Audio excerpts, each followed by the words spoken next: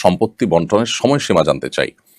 অনেকে এটাকে খুব একটা গুরুত্ব দেন না, বন্টন করবে বলে গড়িমসি করে সময় পার করে দেন এবং এতিমের হক ভোগ করতে থাকেন। এই সমস্যাটা আমাদের সমাজে ব্যাপক, আশা করি বিষয়ে কথা বলবেন। ভাই ওহিদুর রহমান, বাবা মা কিংবা ভাই বোন কিংবা স্ত্রী স্বামী যে কোনো ব্যক্তির মৃত্যুর পর তার ওয়ারিসদের কর্তব্য হলো দ্রুততার সাথে মৃত ব্যক্তির কোনো ওসিয়ত থাকলে সেটিকে কার্যকর করা, তার দাফন কাফনের ব্যবস্থা করা এবং তার পরপরই তার উত্তরাধিকার সম্পদ বন্টনের উদ্যোগ নেওয়া। আমাদের দেশে উত্তরাধিকার সম্পদ বছরকে বছর পড়ে থাকে, বন্টন করা হয় না, অবন্টিত থাকে। এটা অনুচিত কাজ। বিশেষ করে এই কাজ থেকে অনেক অন্যায়ের দুয়ার উন্মোচন হয়। কারণ বছরকে বছর যখন সেটি বন্টন হয় না, তখন যাদের গায়ের জোর বেশি থাকে তারা সেগুলোকে দখল করার সুযোগ পায়। যারা দুর্বল তারা আস্তে আস্তে তাদের যে অধিকার সেটি থেকে তারা বঞ্চিত হয়ে যান। তাদের অধিকার থেকে একসময় তাদেরকে পরিপূর্ণ বঞ্চিত করে দেওয়া হয়। এবং বিশেষ করে মৃত ব্যক্তির ওয়ারিসদের মধ্যে কেউ যদি ইয়েতিম থাকে, তাহলে সেক্ষেত্রে ইয়েতিমদের সম্পদ ভক্ষণের যে ভয়াবহতা, কারণ যেটাকে নিজের পেটে আগুন প্রবেশ করার সাথে তুলনা করা হয়েছে, সেই অপরাধটি নানাভাবে সংগঠন হয়ে থাকে। আর এই কারণে একজন বিচক্ষণ, একজন দায়িত্বশীল, একজন মুসলমান হিসেবে আমাদের কাজ হবে যে আমাদের প্রিয় কোনো ব্যক্তি যার ওয়ারিস আমরা, আমাদের রক্ত সম্পর্কীয় কোনো ব্যক্তির মৃত্যুর পরপর তার দাফন কাফন, তার ওসিয়তের কার্যকর করার পরপর, ঋণ থাকলে এটা পরিশোধ করার পরপরই দ্রুততার সাথে তার পরিত্যক্ত সম্পদ বন্টন করা। মৃত্যুর পর দ্রুততার সাথে যদি পরিত্যক্ত সম্পদ বন্টন করা হয়, তাহলে সেক্ষেত্রে সমাজের এক শ্রেণীর মানুষ বলেন যে লোকটা মরে সারল না, এখনই তার সম্পদ ভাগাভাগিতে লেগে গেছে তার আত্মীয় স্বজনরা। এটাকে সমাজ খারাপ চোখে দেখে। তো সমাজের এই খারাপ চোখে দেখাটাকে আমলে না নিয়ে বরং যত বিলম্ব হবে তত এখানে পরস্পরের অধিকার নষ্ট হওয়ার ব্যাপার থাকবে, সেটি মাথায় রেখে দ্রুততার সাথে এই উত্তরাধিকার সম্পদ বন্টন করাই হলো কর্তব্য। যদি কোনো ফ্যামিলিতে উত্তরাধিকার সম্পদ বন্টন একটু পরে হলেও কেউ কারোর প্রতি কোনো প্রকার হক নষ্ট হওয়ার কোনো আশঙ্কা না থাকে, অথবা এতিম কোনো শিশু না থাকে ওয়ারিসদের মধ্যে, সেরকম কোনো রিস্ক না থাকে, ভাই বোনরা নিজেরা স্বেচ্ছায় তাদের সম্পদগুলোকে যৌথ রেখেছেন এবং তাদের মধ্যে বোঝাপড়া আছে, শরিয়ার নিয়ম অনুযায়ী তারা বাবা মার রেখে যাওয়া সম্পদ বা মৃত ব্যক্তির রেখে যাওয়া সম্পদকে তারা বন্টন করবেন। এখন তার যে লভ্যাংশ বা তা সেখান থেকে প্রাপ্ত যে সম্পদ সেটা তারা বন্টন করছে। এরকম যদি হয় যে তারা তাদের মধ্যে মিউচুয়াল আন্ডারস্ট্যান্ডিং আছে এবং কোনো প্রকার জুলুম কেউ কারোর প্রতি করছে না, শরিয়া নিয়ম অনুযায়ী করছে, তাহলে সেটা জায়েজ আছে। কিন্তু দীর্ঘদিন পর্যন্ত ফেলে রাখার এই কালচারটা মোটেও ভালো কালচার নয় এবং দ্রুততার সাথে বন্টন করা উচিত। যদিও শরিয়ত এক্ষেত্রে নির্দিষ্ট কোনো সময় বেঁধে দেয়নি যে এতদিনের মধ্যেই বন্টন করতে হবে, তবে যত দ্রুত সম্ভব এগুলো বন্টন করে ফেলাটাই হলো বিধেয় এবং উত্তম।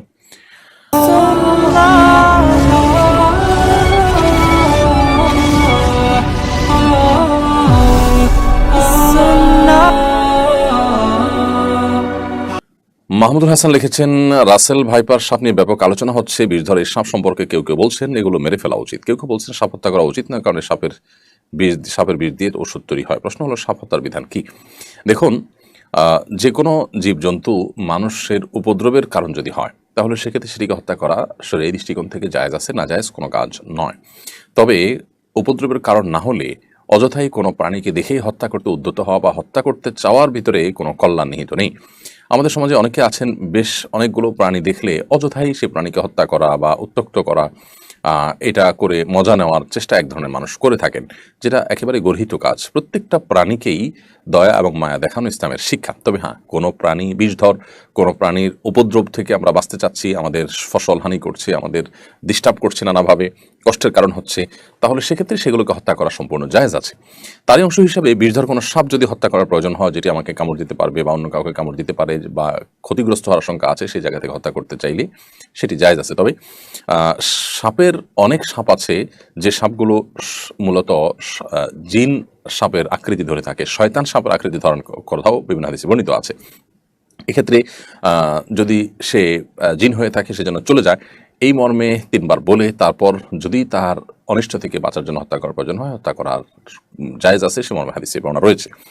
তার মানে কোনো সাপ যদি, যে কোনো জিন যদি সাপের আকৃতি ধারণ করে থাকে, তাহলে সে নিজ দায়িত্বে চলে যাবে যদি আপনি 3 বার তাকে বলে থাকেন। আর যদি না যায়, তাহলে সেক্ষেত্রে সে জিন নয় বরং প্রকৃতই সাপ, সেটি আপনি জেনে তাকে চাইলে হত্যা করতে পারেন যদি তার ক্ষতি থেকে আপনি নিজেই বা অন্য কাউকে বাঁচার প্রশ্ন থাকে। আর যদি সেরকম কোনো প্রশ্ন না থাকে, যেটি বললাম যে অহেতুকই যে কোনো প্রাণী হত্যা করার ব্যাপারে শরীয়ত আমাদেরকে উৎসাহ দেয় না। আর সাপের বিষ দিয়ে ওষুধ তৈরির কথা যেটি বলছেন, যে বন্য সাপ দিয়ে সাধারণত ওষুধ বানানো হয় বলে আমার জানা নেই। ওষুধ বানানোর জন্য আলাদা খামারে সাপ পোষা হয়, পালিত হয়, সেখান থেকে সেগুলো থেকে ওষুধ তৈরি করা হয়। অতএব এই বন্যা, রাস্তাঘাটে, খালে বিলে চলা সাপ ধরে ধরে তার ওষুধ তৈরি করা হয় না। এগুলো মানুষের উপদ্রবের কারণ হলে, সেগুলোকে ক্ষতির কারণ হলে সেগুলোকে হত্যা করাতে শরীর দৃষ্টিকোণ থেকে মৌলিকভাবে নিষেধাজ্ঞা নেই। তবে ওই যে মূলনীতি মাথায় রাখতে হবে যে অহেতুক কোনো প্রাণীকে হত্যা করা বা দেখলেই সেটাকে তাড়িয়ে বেড়ানো অথবা উত্ত্যক্ত করা, অনেক প্রাণী ক্ষেত্রেই আমাদের সমাজে অনেককে দেখা যায় এগুলো করে তারা মজা পেয়ে থাকেন, যেটা অনুচিত এবং নির্মমতা কিছুটাও। মোহাম্মদ আবু তালেব আপনি লিখেছেন, হাজী সাহেবগণ মোয়াল্লিম বা এজেন্সির জমজমের পানি সরবরাহ করছেন। হাজী সাহেবগণকে মোয়াল্লিম বা এজেন্সি জমজমের পানি সরবরাহ করেছেন। এই পানি না খেয়ে কোনো হাজী সাহেব যদি দেশে নিতে চান, সেটা ঠিক হবে কিনা? সম্পূর্ণ ঠিক আছে। কোনো মোয়াল্লিমকে কোনো হাজী সাহেবকে তার মোয়াল্লিম, সৌদি কর্তৃপক্ষ অথবা এজেন্সির তরফ থেকে ছোটো ছোটো জমজলে পানি দেওয়া হলো পান করার জন্য। দেওয়ার পর এটার মালিক তিনি তার পানি এটা না খেয়ে যদি রেখে দেন, দেশে নিয়ে আসতে চান, তিনি অন্য পানি খান, সেটা একান্ত তার ব্যাপার, সেটা জায়েজ আছে। বিমানে পরিবহন করার ক্ষেত্রে এটা যদি সেফটির সাথে, নিরাপত্তার সাথে আনা হয়, যে অন্যের লাগেজ বা নিজের লাগেজ সেখান থেকে ক্ষতিগ্রস্ত হওয়ার সম্ভাবনা থাকবে না, সেরকম দায়িত্বশীলতার সাথে যদি কেউ আনতে চান, সেটা আনতে পারেন, তার ব্যাপার। যদিও সাধারণত বিমান কর্তৃপক্ষ থেকে নির্দেশ না থাকে এগুলো না আনার জন্য, কারণ এতে পানি বোতল ফেটে অন্যদের বা নিজের মালামাল ক্ষতিগ্রস্ত হতে পারে সেই জায়গা থেকে। তো সেরকম আশঙ্কা থাকলে সেটা করা উচিত হবে না, কারণ আমি এমন কোনো কাজ করা জায়েজ হবে না যে কাজ দ্বারা আমি নিজে কিংবা অন্য কেউ ক্ষতিগ্রস্ত হতে পারি না। নবী সাল্লাল্লাহু আলাইহি ওয়াসাল্লাম বলেছেন, লা দারারা ওয়ালা দিরারা, নিজে কিংবা অন্য কারো ক্ষতি করার কোনো সুযোগ ইসলামে নেই। অতএব সেটি যদি আশঙ্কা থাকে তাহলে জায়েজ নয়। তবে নিজ দায়িত্বে যদি সেটাকে তিনি খুব ভালোভাবে যথাযথভাবে সংরক্ষণ করে আনেন, যে এটি অন্য কারোর বা নিজের কোনো জিনিসপত্র নষ্ট হওয়ার কারণ হবে না, তাহলে সেক্ষেত্রে সেটি নাজায়েজ হওয়ার কোনো কারণ নেই। বিশেষ করে মোয়াল্লিম বা এজেন্সি কিংবা সৌদি গভর্নমেন্ট যে পানি দিয়ে থাকেন হাজিদেরকে রুমে রুমে, হোটেলে হোটেলে অনেক সময় ছোটো ছোটো বোতল সরবরাহ করেন, সব ক্ষেত্রে দেয় যে সবাই তাও না, যদি এরকম দিয়ে থাকেন তাহলে সেক্ষেত্রে সেটা আপনি নিয়ে আসাটা একান্ত আপনার ব্যক্তিগত বিষয়, নাজায়েজ নয়। তামান্না চাঁদনি আপনি লিখেছেন, আমার পরিবারের কাউকে না জানিয়ে বিয়ে করেছে, এজন্য আব্বু তাকে ঘর থেকে বের করে দিয়েছেন। এই পরিস্থিতিতে আব্বুর আসলে কি করা উচিত ছিল? আপনি প্রশ্নটা সম্ভবত কিছুটা কোনো শব্দ বা কোনো কিছু অংশ বাদ পড়েছে। আমার পরিবারের কাউকে না জানিয়ে বিয়ে করেছেন, কে? আপনার বোন কিংবা ভাই, কেউ আপনার পরিবারের কাউকে না জানিয়ে বিয়ে করেছেন, এজন্য আপনার বাবা তাকে ঘর থেকে বের করে দিয়েছেন। ব্যাপারটা যদি এরকম হয়, তাহলে আমি বলবো যে বাবার কি করা উচিত ছিল এটি নির্ভর করে যে আসলে ঘটনা কি ঘটেছে তার উপরে। যদি সন্তানদের কেউ বাবা মাকে না জানিয়ে বিয়ে করেছে এবং বিয়ে করা তাদের জন্য জরুরি ছিল না, এবং আজকাল যে বিবাহ বহির্ভূত অবৈধ সম্পর্ক হয়ে থাকে, হারাম রিলেশন হয়ে থাকে, সে হারাম হারাম রিলেশনটাই চূড়ান্ত রূপ নিয়ে বিয়ে পর্যন্ত ঠেকেছে, অথচ এটি অপাত্রে হয়েছে এবং যথাযথ জায়গায় হয়নি, এবং আপনার এমন কাজ করে বসেছে সন্তান যেটি আসলে কোনোভাবেই তার ফ্যামিলির সাথে যায় না, অথবা দিনদারিতার ক্ষেত্রে ঘাটতি আছে, অর্থাৎ যৌক্তিক কোনো গ্রাউন্ড যদি থাকে এক্ষেত্রে, তাহলে বাবা মার আপত্তি করার স্কোপ আছে। কুফু বা সামঞ্জস্য বিয়ের ক্ষেত্রে রক্ষা করাটা সুন্নাহ। যদি কুফু বা সামঞ্জস্য এটি রক্ষা না করা হয়, তাহলে সেক্ষেত্রে অভিভাবকদের সেখানে আপত্তি তোলার শরীরাই দৃষ্টিকোণ থেকে সুযোগ এবং অধিকার রয়েছে। সেই জায়গা থেকে বাবা কিন্তু আপত্তি তুলতে পারেন সন্তানের বিয়ের ক্ষেত্রে, এরকম বিয়ের ক্ষেত্রে। আর যদি সেরকমটি না থাকে, তাহলে সেক্ষেত্রে বাবার আপত্তি তোলা উচিত নয়। কারণ হলো সন্তান বিয়ে করেছে, যদি অভিভাবকের মাধ্যমে বিয়ে করাই হলো উচিত। আল্লাহ সুবহানাহু ওয়া তাআলা কোরআনে কারিমে অভিভাবকদেরকে নির্দেশ করেছেন, ওয়ানকিহুল আয়ামাকুমুস সালিহিনা মিন ইবাদিকুম ওয়া ইমামিকুম, তোমরা তোমাদের অধীনস্থদের বিয়ে দাও। এটা অভিভাবকদেরকে আল্লাহ নির্দেশ করেছেন। অতএব এটি অভিভাবকদের কর্তব্য। হ্যাঁ, কোনো অভিভাবক দেরি করেছেন, সময় পার করেছেন, দিচ্ছেন না, গড়িমসি করছেন, তার দিনের বুঝ নেই, তাহলে সেক্ষেত্রে সন্তান নিজ উদ্যোগে বিয়ে করার জন্য তিনি সচেষ্ট হতেই পারেন। বিশেষ করে ছেলে সন্তান হতে নিজের উদ্যোগে করতেই পারেন সবার মতে, আর মেয়ে সন্তান হলে হানাফি মাযহাব অনুযায়ী প্রাপ্তবয়স্ক হলে নিজে করতে পারেন। তবে সর্বাবস্থা অভিভাবকদের মাধ্যমে এটি করাটা হলো উত্তম এবং উচিত, এবং শরিয়া সেই নির্দেশনাটাই করে। এখন সন্তান কোনো কারণে সেটি যদি ভায়োলেশন করে, তাহলে যথাযথ পাত্রে মোটামুটি হয়েছে, একেবারে গাছে মাছে হয়নি, বা অনেক বেশি আপনার আকাশ পাতাল ব্যবধান হয়নি, অসামঞ্জস্য হয়নি, এরকম যদি হয়, তাহলে সেক্ষেত্রে আমার মেনে নেওয়াটাই হলো উচিত, যদিও সন্তান ভুল করেছে তাকে সংশোধনে দিয়ে। অতএব এই বিষয়গুলোতে আসলে কি ঘটেছে, অ্যাকচুয়াল ঘটনা কি, সেটা উল্লেখ করে তারপরে প্রশ্ন করলে আমরা যথাযথ উত্তর একেবারে টু দ্য পয়েন্টে দেওয়াটা সহজ হয়। আব্দুল্লাহ নোমান আপনি লিখেছেন, কোরবানি পর দিন ঢাকায় দেখা যায় ফকিরেরা কোরবানির দিন প্রাপ্ত কোরবানির মাংস বিক্রি করে থাকেন। গরিবেরা কোরবানির মাংস পাওয়ার পর বিক্রি করে দিলে কোরবানিতে তার কোরবানির কোনো ক্ষতি হবে কিনা? ভাই আব্দুল্লাহ নোমান, আপনার প্রশ্ন উত্তরে আমরা বলতে চাই যে কোরবানির পশুর গোশত এটি গরিব এবং অভাবী মানুষরা পাওয়ার পর এটা একান্তই তাদের অধিকার, এবং তারা তাদের গোশত নিজেরা খাবেন নাকি বিক্রি করে দিবেন না অন্য কাউকে দান করবেন সেটা একান্ত তাদের ব্যাপার। অতএব কোরবানির পশুর গোশত গরিব অভাবী মানুষরা যদি বিক্রি করে দেন, তাতে কোরবানির পশু যিনি কোরবানি করেছেন তার কোরবানির কোনো প্রকার ক্ষতি হবে না। আমাদের একটা জিনিস পরিষ্কার থাকা উচিত, যখনই আমি কোনো জিনিস কাউকে দিয়ে দিব তখন এই জিনিসটা তার হয়ে যাবে, তখন আর আমার উপরে তার কোনো কিছু বর্তাবে না। নবী করিম সাল্লাল্লাহু আলাইহি সাল্লাম একবার একজন কৃতদাসী তিনি সাদাকার গোশত রান্না করছিলেন, সেটা দেখে তিনি রসিকতা করে তাকে বললেন যে তোমার সাদাকার গোশত রান্না করছো, সরি তুমি দেখি গোশত রান্না করছো, সেখান থেকে আমাদেরকে অফার করবে না?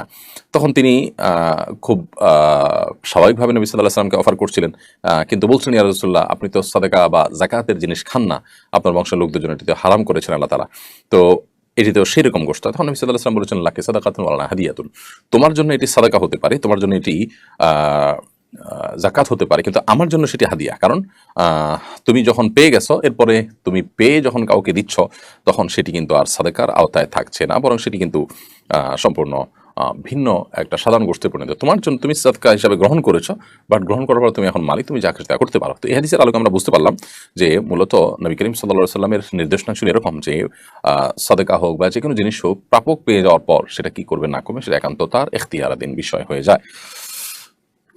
এরপর আশিক ইসলাম আপনি লিখেছেন আমাদের ইউটিউব চ্যানেলে, আমি ক্লাস 9-এ পড়ি, আমি নিয়মিত 5 ওয়াক্ত নামাজ পড়ি, তাহাজ্জুদের নামাজ পড়ি, আমি চোখের ফিতনা থেকে বাঁচতে চাই। আমি একটি প্রাইভেট পড়ি, সেখানে অনেক মেয়েদের সামনের সিটে বসায় আর ছেলেদের বসায় পেছনের সিটে, এতে নিয়মিত চোখের ফিতনায় পড়ছে, আমার করণীয় কি? ভাই আশিক ইসলাম, আল্লাহ রাব্বুল আলামিন আপনাকে এ ধরনের ফিতনা থেকে হেফাজতে রাখুন। বিশেষ করে মেয়েদের যে ফিতনা, অর্থাৎ মেয়েদের সৌন্দর্য, রূপ, লাবণ্য ইত্যাদিতে আসক্ত হয়ে ভুল সিদ্ধান্ত নেওয়া কিংবা গুনাহে লিপ্ত হয়ে যাওয়ার যে একটা আশঙ্কা রয়েছে, এই ফিতনাটা পুরুষদের জন্য খুবই জটিল এবং কঠিন ফিতনা। নবী করিম সাল্লাল্লাহু আলাইহি ওয়াসাল্লাম বলেছেন, আমার পরে পুরুষদের জন্য এই ফিতনার চাইতে বড় কোনো ফিতনা আমি রেখে যাইনি, যে ফিতনা পুরুষদেরকে সবচেয়ে বেশি কাবু করে ফেলতে পারে এবং দুর্বল করে ফেলতে পারে। অহরহ অনেক ঘটনা সেগুলোকে প্রমাণ করে। তো এরকম পরিস্থিতিতে আপনার পড়াশোনা করতে গেলে, বিশেষ করে সহশিক্ষা যেখানে আছে, সেখানে আমরা জানি যে আপনার প্রাইভেট হোক, আপনার স্কুল নিয়মিত স্কুল কলেজের পড়া হোক, ক্লাসরুম হোক, সেখানে ছেলে মেয়েদের সামনাসামনি বসানো হয়। এর ফলশ্রুতিতে যে ফিতনায় পতিত হওয়ার আশঙ্কা থাকে, চোখের গুনাহের যে আশঙ্কা থাকে, সেই পরিস্থিতি থেকে বাঁচার জন্য প্রথমত এই ধরনের প্রতিষ্ঠান অ্যাভয়েড করা দরকার, বিকল্প প্রতিষ্ঠান দেখা দরকার যেখানে আসলে চোখের জেনা থেকে বাঁচা যাবে।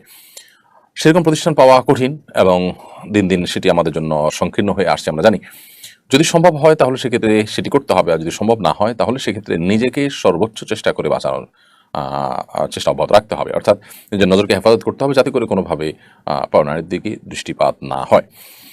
এবং যদি নিয়মিত চোখের জেনা হতে থাকে, নিজে গুনাহগার হতে থাকেন, তাহলে এই শিক্ষা অর্জন করা কোনো মুসলমানের জন্য জায়েজ নয়, যে শিক্ষা তাকে প্রতিদিন গুনাহে লিপ্ত করায় এবং তাকে এই ফিতনা পতিত করায়।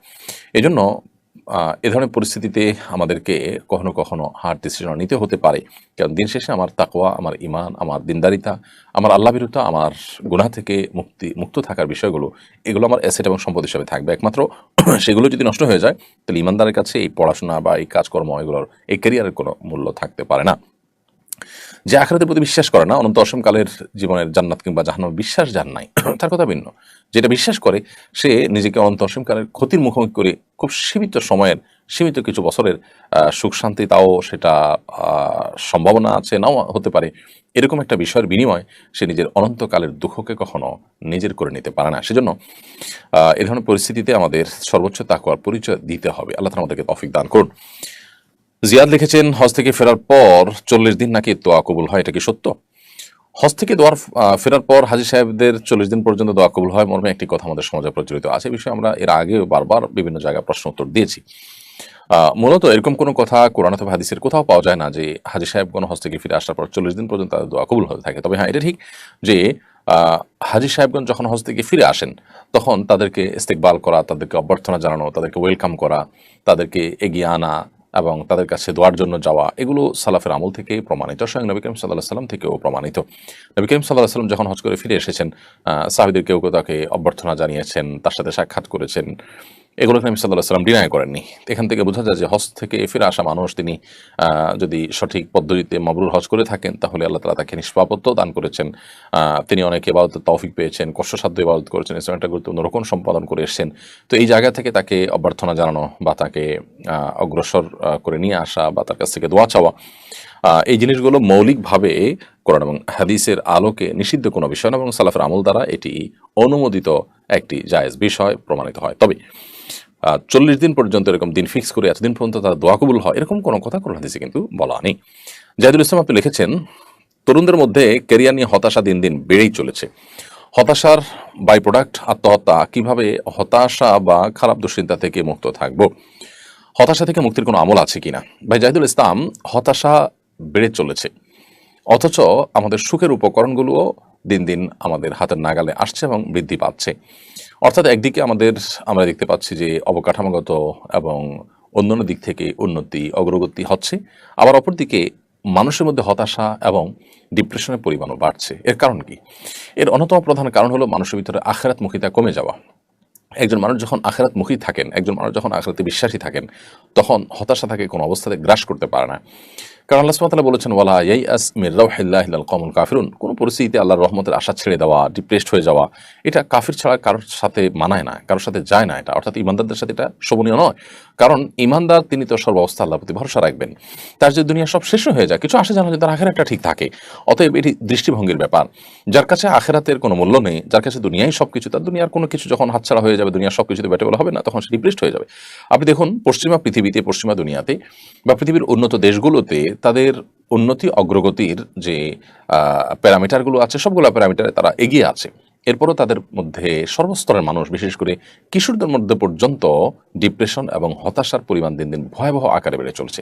আত্মহননের পথে পা বাড়ানোর সংখ্যা প্রতিনিয়ত তরতর করে বাড়ছে এবং ভয়াবহ আকার এবং রূপ ধারণ করছে। অনেক দেশে সরকার বাধ্য হয়ে আত্মহত্যার বৈধতা দিয়ে দিচ্ছে, যে কেউ চাইলে আত্মহত্যা করতে পারেন যথাযথ নিয়মে। তো এই যে ব্যাপারগুলো, এগুলো থেকে প্রমাণিত হয় যে আসলে জাগতিক যত উন্নতি হোক না কেন, এগুলো মানুষকে আসলে প্রকৃত অর্থে যে প্রশান্তি, মানসিক সুখ, সেটি আসলে দান করে না। আর মানসিক সুখ যদি না থাকে, তাহলে সুখের সমস্ত উপকরণ থেকেও আসলে 2 পয়সার কোনো মূল্য নেই। গোটা পৃথিবীর শান্তির পথে, মানসিক প্রশান্তির পথে আসার মূল মন্ত্রই হলো আল্লাহর প্রতি ঈমান, আখিরাতের প্রতি ঈমান। এবং আখিরাতের প্রতি ঈমান যত বেশি সুদৃঢ় থাকবে, আল্লাহর প্রতি ঈমান যত সুদৃঢ় থাকবে, হতাশা তত দ্রুততার সাথে মানুষ থেকে কেটে যাবে। অতএব ঈমানদারের কাছে ক্যারিয়ারের চাইতে গুরুত্বপূর্ণ তার আখিরাত। ঈমানদারের চাইতে ঈমানদারের কাছে দুনিয়ার যে কোনো উন্নতি অগ্রগতির চাইতে অনেক বেশি গুরুত্বপূর্ণ তার আখিরাতের উন্নতি অগ্রগতি। অতএব সেই দৃষ্টিভঙ্গি যখন আমরা লালন করব বা সেই দৃষ্টি থেকে যখন আমরা বিবেচনা করব, তখন আমাদের কাছে হতাশা আর খুব একটা স্থান পাওয়ার কথা নয়। তারপর নবী করিম সাল্লাল্লাহু আলাইহি সাল্লামের শেখানো দোয়া আমরা আমল করতে পারি যদি কখনো আমাদের কোনো ক্ষেত্রে দুশ্চিন্তা ঝেঁকে বসে। আল্লাহুম্মা ইন্নী আউযু বিকা মিনাল হাম্মি ওয়াল হাযান, আল্লাহ আপনার কাছে দুশ্চিন্তা এবং পেরেশানি থেকে আমরা পানা চাই, মুক্তি চাই, এগুলো যেন আমাদেরকে গ্রাস না করে। ওয়া আউযু বিকা মিনাল আজজি ওয়াল কাসাল, আপনার কাছে আমরা অক্ষমতা এবং অলসতা থেকে পানা চাই। ওয়া আউযু বিকা মিন গালাবাতিদ দাইনি ওয়া কাহরির রিজাল, এবং আপনার কাছে আমাদের ঋণের বোঝা ভারী হয়ে যাওয়া থেকে, কিংবা মানুষ আমাদের উপরে চড়াও হোক, এরকম কোনো পরিস্থিতি থেকে আমরা আপনার কাছে পানা চাই, মুক্তি চাই। এরকম দোয়া আমরা পাঠ করতে পারি। আল্লাহুম্মা ইন্নী আউযু বিকা মিনাল হাম্মি ওয়াল হাযান ওয়া আউযু বিকা মিনাল আজজি ওয়াল কাসাল ওয়া আউযু বিকা মিন গালাবাতিদ দাইনি ওয়া কাহরির রিজাল। মনসুর হক আপনি লিখেছেন, শরীয়তপুরের জাজিরা উপজেলার পালেরচর ইউনিয়নের দড়িকান্দি উচ্চ বিদ্যালয় মাঠে আলাদা 2টি প্যান্ডেল করে ঈদের নামাজ আদায় করতে দেখা গেছে মুসল্লিদের। বংশগত দ্বন্দ্বের জেরে এই ঘটনা ঘটেছে। একই মাঠে একই সময়ে আলাদা সমাজের আলাদা ঈদের জামাত করা সম্পর্কে ইসলাম কি বলে? ইসলামী শরীয়তের দৃষ্টিকোণ থেকে অবশ্যই এটি একটি গর্হিত কাজ, গ্রহণযোগ্য কোনো কাজ নয়, এটি একটি নাজায়েজ কাজ হয়েছে। কারণ একই মাঠে একাধিক ঈদের জামাতের যে মূল স্পিরিট, ঈদের জামাতের যে মূল লক্ষ্য উদ্দেশ্য, সেটাকে ব্যাহত করেছে। জামাত শব্দের অর্থই হলো একত্র করা। জামাতের উদ্দেশ্য যেহেতু মানুষকে একত্র করা, যদি কোনো জামাত মানুষকে আরো বিচ্ছিন্ন করে, তাহলে বুঝতে হবে যে সেটি জামাতের লক্ষ্য এবং উদ্দেশ্য, যেটি জামাতের সাথে সালাত আদায় করার যে আসল টার্গেট, সেটিকে স্পর্শ করতে পারেনি, বরং সেটি নষ্ট হয়েছে, যার কারণে কাজটি অন্যায়। আমাদের দেশে অনেক মসজিদ ভেঙে আরেকটা মসজিদ হয়, মসজিদ কর্তৃপক্ষের মধ্যে পারস্পরিক মনোমালিন্য হলে তারা আরেকটা মসজিদ করেন ভেঙে। এই কাজগুলো কখনো প্রশংসনীয় কাজ হয় না, বিশেষ করে যখন সেগুলো ব্যক্তিগত দ্বন্দ্ব থেকে হয়। ব্যক্তিগত দ্বন্দ্বটাকে শয়তান সেটাকে দিনী বিষয়ে পরিণত করে, যত দিনী বিষয় হোক না কেন। যদি এমন হয় যে কোনো মসজিদ কর্তৃপক্ষ শিরকে লিপ্ত হয়ে গেছেন, কুফরে আকবর লিপ্ত হয়ে গেছেন, ইসলামের গণ্ডিতে খারিজ হয়ে গেছেন, এরকম কিছু ঘটে গেছে, তাহলে সে ভিন্ন কথা। কিন্তু এরকম কিছু হয়নি। কোনো বিষয়ে হয়তো কেউ অর্থ তছরূপ করছেন, হয়তো কেউ আপনার মতে কোনো ভুল কাজ করছেন, স্বেচ্ছাচারিতা করছেন, তো আপনি সবর করবেন। এর জন্য মুসলমানদের সেই জামাতটাকে ভেঙে দুই টুকরা করার কোনো সুযোগ নেই। বিশেষ করে একই মাঠে ঈদের দুটি জামাত প্রচণ্ড রকমের দৃষ্টিকটু, এবং এগুলো হয়ে থাকে আমাদের ব্যক্তিগত জেদখেদ থেকে এবং দুনিয়াদারিতা থেকে। নামাজ হলো আল্লাহমুখিতার জন্য। সেই নামাজ পড়তে গিয়েও যদি আমরা আমাদের ব্যক্তিগত যে সমস্ত ইগো আছে সেগুলো যদি আমাদের কাছে বড় হয় এবং সেগুলো দ্বারা আমরা পরিচালিত হই, এবং আমাদের ব্যক্তিগত যে দ্বন্দ্বগুলো আছে এবং বংশগত দ্বন্দ্বগুলো আছে সেগুলোর কারণে ঈদের জামাত যদি আমরা দুই টুকরা করে ফেলি, অবশ্যই সেটি গুনাহের কথা। যারা এটি করেছেন তারা একটা মন্দ দৃষ্টান্ত স্থাপন করেছেন। আল্লাহ তাদেরকে হেদায়েত দান করুন, আমরা দোয়া করি। যদি কোনো কারণে কোনো জায়গায় কারো সালাত আদায় করতে অসুবিধা হয়, তিনি প্রয়োজন অন্য কোথাও চলে যাবেন, কিন্তু কোনো অবস্থাতেই আরেকটি জামাত প্রতিষ্ঠিত করা উচিত নয়। সেলিনা বেগম আমাদের ইউটিউব চ্যানেলে আপনি লিখেছেন, আমার স্বামী কোনো কাজ করতে চায় না, আমি একটা জব করি, সে বসে বসে খায় আর আমার সাথে ঝগড়া করে। কোরআন সুন্নাহর আলোকে স্বামী স্ত্রীর পারস্পরিক দায়িত্ব অধিকার সম্পর্কে আলোচনা করবেন, আর এক্ষেত্রে আমার করণীয় কি পরামর্শ দিয়ে বাধিত করবেন বলুন সেলিনা বেগম। আপনি নিজে জব করছেন, যদি আপনি শরিয়ার সীমানার মধ্যে থেকে জব করে থাকেন তো সেটা আপনার জন্য তো জায়েজ আছে। স্বামী যেহেতু আপনার বক্তব্য অনুযায়ী জব করেন না এবং বসে বসে আপনার উপার্জন তিনি ভোগ করেন, তো শরিয়ার দৃষ্টিকোণ থেকে তিনি যে অন্যায় করছেন সেটা তিনি আলামত পরিষ্কার, কারণ তার কর্তব্য স্ত্রী হিসাবে আপনার ভরণ পোষণের ব্যবস্থা করা, সেটা তিনি আদায় করছেন আপনার বক্তব্য অনুযায়ী, তাহলে তিনি অন্যায় করছেন। এক্ষেত্রে তাকে আল্লাহর ভয় দেখানো যেতে পারে এবং তার কর্তব্য সম্পর্কে সচেতন করানো যেতে পারে, এবং কেন তিনি কাজ করতে চান না, এক্ষেত্রে তার সমস্যার জায়গাগুলো কি সেগুলো ধরে ধরে তার সমাধানের চেষ্টা করা যেতে পারে। অনেকে আছেন যে রুকিয়া রিলেটেড সমস্যার মধ্যে পড়ে থাকেন, তারা ঘরে বসে থাকেন, বাইরে যেতে চান না, তাহলে সেক্ষেত্রে রুকিয়ার শরণাপন্ন আপনি হতে পারেন, রাখিদের শরণাপন্ন হতে পারেন। এক কথায় তার এই ঘরে বসে থাকা, কাজ করতে না চাওয়ার কারণ কি সেটা ট্রিটমেন্ট আপনি করার জন্য উদ্যোগী হতে পারেন। আর তিনি আপনার কোনো ভরণ পোষণ দেন না, এরকম পরিস্থিতিতে তার সাথে থাকা না থাকার ব্যাপারে আপনি ডিসিশন নিতে পারেন। যদি তিনি আপনার ভরণ পোষণ একেবারে না দিয়ে থাকেন এবং দেন না এবং দিবেন বলে কোনো সম্ভাবনাও নাই, এরকম যদি হয় তাহলে সেক্ষেত্রে আপনি চাইলে বিচ্ছেদের উদ্যোগ নিতে পারেন, কিন্তু সেটি যে আপনার জন্য সর্বাবস্থায় অপরিহার্য কিংবা শরিয়া নির্দেশিত তা নয়। আপনি যদি সবর করে টিকে থাকতে চান, সেটার সুযোগ যেমন আছে, কখনো কখনো সেটা আপনার জন্য উত্তম হতে পারে। এটা নির্ভর করবে যে আপনার পুরো পরিস্থিতিটা কি তার উপরে। এই জন্য এই বিষয়ে কোনো ভালো আলিমের সাথে সাক্ষাৎ করে পুরো বিষয়টাকে বলে আপনি যদি পরামর্শ নেন সেটা অধিকতর কল্যাণকর হবে ইনশাআল্লাহ তাআলা। ফারুক হাসান আপনি লিখেছেন, হজের সময় অনেক মহিলাকে দেখা যায় পর্দার বিষয়ে তারা ততটা যত্নবান নন, হজের সময় কি পর্দার বিষয়ে কোনো শিথিলতা আছে? ভাই ফারুক হাসান, হজের সময় পর্দার বিষয়ে আসলে কোনো শিথিলতা নেই। বাইরে বা অন্য সাধারণ সমাজে যেরকম পর্দার বিধান আমাদের জন্য প্রযোজ্য, হজের ক্ষেত্রে হাজী সাহেবদের জন্য পর্দার বিধান সমানভাবে প্রযোজ্য। আমরা জানি আয়েশা রাদিয়াল্লাহু তাআলা আনহার একটি হাদিস আমরা জানি যে তিনি নবী সাল্লাল্লাহু আলাইহি ওয়াসাল্লাম যখন হজ করেছেন তিনি বলেছেন যে তারা নারী পুরুষ উভয়ের জন্যই এহরামরত অবস্থা মুখমণ্ডল খোলা রাখা হলো সাধারণ নির্দেশনা। তিনি বলেছেন আমরা যখন নিজেদের আঙ্গিনায় মহিলা মহলে থাকতাম তখন তো এটি আমরা করতাম, কিন্তু যখনই এমন কোথাও যেতাম যেখানে পুরুষরা আছে বা অন্য পুরুষ আমাকে দেখে ফেলবে মনে হয়, এরকম কোনো জায়গায় যখন যেতাম তখন আমাদের মাথার উপরে থাকা কাপড়কে টেনে দিতাম, অর্থাৎ আমাদের সৌন্দর্য, আমাদের চেহারাটা প্রদর্শন যেন না হয় সেজন্য উদ্যোগ নিতাম। তো একইভাবে এ হাদিসের আলোকে বোঝা গেল যে আমাদের মা বোনদের হজের ক্ষেত্রেও পর্দার বিষয়ে দায়িত্বশীল থাকা উচিত। অনেক মা বোন বাইরে পর্দা করলে হজ বা ওমরা করতে গেলে তাদের দেখা যায় তারা পর্দা করার ব্যাপারে যত্নশীল নন, এটি খুবই গর্হিত একটি কাজ। আবার পুরুষ হাজী সাহেবরা অনেকে এই সুবাদে বা এই সুযোগে তারা চোখের জেনা করেন, আল্লাহ তাআলা মাফ করুন আমাদের সবাইকে। বিশেষ করে ভিনদেশি হাজী সাহেবরা যারা আছেন, অনেকে আছেন তারা আসলে পর্দার বিষয়ে তেমন বোঝেনই না। তারা হজ করতে এসেছেন, বিভিন্ন দেশ থেকে এসেছেন, সব জায়গায় মানুষের ধর্মীয় চিন্তা ভাবনা, ধর্মীয় তাদের যে বিধিবিধানগুলো মানার ক্ষেত্রে গুরুত্ব, এটার পরিমাণ সবার মধ্যে সমান নাই। তো কারোর মধ্যে সে ত্রুটি থাকার কারণে তারা হয়তো সেভাবে চলে আসছেন। এই অবস্থায় আমরা অনেকে মনে করি, আমাদের সে মেয়েরা মনে করেন যে তাই বোধ হয় হজের ক্ষেত্রে এটা বোধ হয় বিধেয়। আসলে মেয়েরা পর্দার বিধানটা সাধারণ অবস্থা যেমন তারা মেনে চলবেন, হজের ক্ষেত্রেও ঠিক একইভাবে মেনে চলবেন। এবারে দায়িত্বশীল হওয়ার কোনো বিকল্প পথ আমাদের সামনে খোলা না। বিধায় হজ নষ্ট হওয়ার অন্যতম একটা বড় কারণ হলো এই পুরুষদের জন্য চোখের জেনা করা, মেয়েদের জন্য পর্দার ক্ষেত্রে শৈথিল্য প্রদর্শন করা। আরাফাতের মতো জায়গায় অনেক সময় নারী পুরুষরা ঢলাঢলি করে একসাথে থাকছেন, একই তাঁবুতে থাকছেন এবং সেই তাঁবুর মাঝখানে কোনো পার্টিশন দিচ্ছেন না, পর্দার কোনো ব্যবস্থা করছেন না। খুবই দৃষ্টিকটু এবং হজ নষ্ট হওয়ার মতো একটি বিষয়। ঠিক একইভাবে ওয়াশরুমে, অজুখানায় দেখা যায় যে আপনার মিশ্রণ পর্যন্ত হয়ে যাচ্ছে। অনেক পুরুষরা আছে মহিলাদের টয়লেটের আশপাশে যাচ্ছে, সেখানে কথা বলছে, ঘোরাঘুরি করছে। এগুলোও খুব গর্হিত এবং অন্যায় কাজ। হজের সময় পর্দার বিধানে কোনো শিথিলতা নেই, বরং অন্য সময়ের মতো এই বিধানটি এখানে পরিপালন করার গুরুত্ব রয়েছে, বরং আরও বেশি রয়েছে। কারণ হারামের এরিয়াতে কোনো নারী যদি তার সৌন্দর্যকে প্রদর্শন করেন এবং সেটা যদি অন্য পুরুষদের ফিতনায় পতিত হওয়ার কারণ হয়, তাহলে তিনি অনেকগুলো মানুষের অপরাধের কারণ হলেন। সে দায় তাকে অবশ্যই নিতে হবে। এই জন্য হজের ক্ষেত্রে আমাদের মা বোনদের এবং পুরুষদের সবারই পর্দার বিষয়ে আরও বেশি যত্নশীল এবং দায়িত্বশীল হতে হবে। প্রিয় দর্শক, দেখতে দেখতে আমার অনুষ্ঠানের ঠিক মাঝামাঝি পর্যায়ে পৌঁছে গেছি। সময় হয়ে গেছে ছোট্ট একটি বিরতিতে যাওয়ার। আশা করছি আমাদের সঙ্গেই থাকবে। বিরতির পর আমরা আবারও ফিরে তুলনামূলক অনুষ্ঠান সরাই সমাধানের 231তম পর্ব। বিরতির আগে আমরা অনেকগুলো প্রশ্ন উত্তর দিয়েছি। রফিকুল ইসলাম জানতে চেয়েছেন, গাজীপুরের শ্রীপুরে ঈদুল আজহার দিনে মসজিদ কমিটির সভাপতির কোরবানি গরু জবাই দেরি করায় মারধর শিকার হয়েছিলেন মসজিদের দায়িত্বশীল ইমাম। মারধর পরে ইমামকে চাকরিচ্যুত করেছেন সভাপতি। আপনার মন্তব্য কামনা করছি। বা রফিকুল ইসলামের বিষয়টি বেশ কয়েকদিন হয়ে গেছে এবং সোশ্যাল মিডিয়ার কল্যাণে আমার নজরে এসেছে। এটি আমাদের সমাজে মসজিদগুলোতে যে আধিপত্য বিস্তার করে থাকেন মসজিদের সভাপতি, সেক্রেটারি, মোতাল্লি বা অন্যান্য ব্যক্তিবর্গরা, সেটির একটি নিকৃষ্ট উদাহরণ মাত্র। অর্থাৎ অন্যান্য মসজিদগুলোতেও এই ধরনের মন মানসিকতা লালন করে থাকেন মসজিদ কর্তৃপক্ষ। একটা বিষয় আমাদের খুব পরিষ্কার জানা দরকার, সেটা হলো যে মসজিদের যারা দায়িত্ব পালন করছেন, এমনকি মসজিদে যারা ডোনেশন করছেন, যদি কেউ নিজের একক টাকায় মসজিদ পরিচালনা করেন বা মসজিদ নির্মাণ করেন অথবা মসজিদের জমি দান করে থাকেন, তারপরও মসজিদের স্টাফ যারা আছেন এই লোকগুলো তার ব্যক্তিগত বা তার অধীনস্থ স্টাফের মতো নন। এটা আমাদের জানতে হবে যে আমরা কেউ মসজিদে টাকা পয়সা দিলে, শ্রম দিলে বা কোনো আমাদের অবদান রাখলে সেটি আমি আল্লাহকে দিলাম। মসজিদকে দেওয়া মানে হলো সেটা প্রকারান্তরে আল্লাহকে দিয়ে দেওয়া, সেটা আল্লাহর হয়ে যায়। আমি আল্লাহকে দেওয়ার পর সেখানে আমার আর কোনো সে থাকতে পারে না। যদি আমি সেখানে ফিডব্যাকের আশা করি যে আমি টাকা দিয়েছি, অতএব এখানে আমার কর্তৃত্ব থাকবে, আমার মাতবরি থাকবে, আমার কথা মানতে হবে, তাহলে সেক্ষেত্রে সেটি পরিপূর্ণরূপে এখলাস এবং নিষ্ঠার সাথে আমি আল্লাহকে দিয়ে দেওয়া হলো না। এই জন্য আল্লাহর কাছ থেকে যদি কেউ বিনিময় আশা করেন, তাহলে তিনি আল্লাহকে সন্তুষ্ট করবার জন্য কোনো কিছু দিয়ে সেখান থেকে কোনো ফিডব্যাক তিনি আশা করবেন না। এখন সভাপতি সাহেব, সেক্রেটারি সাহেব তারা যদি মনে করেন যে মসজিদের ইমাম সাহেব, মুয়াজ্জিন সাহেব তার ব্যক্তিগত কর্মচারীর মতো, তার কথা উঠবেন বসবেন এবং তাদের সাথে সেরকম আচরণ করেন, সেরকম ট্রিট করেন এবং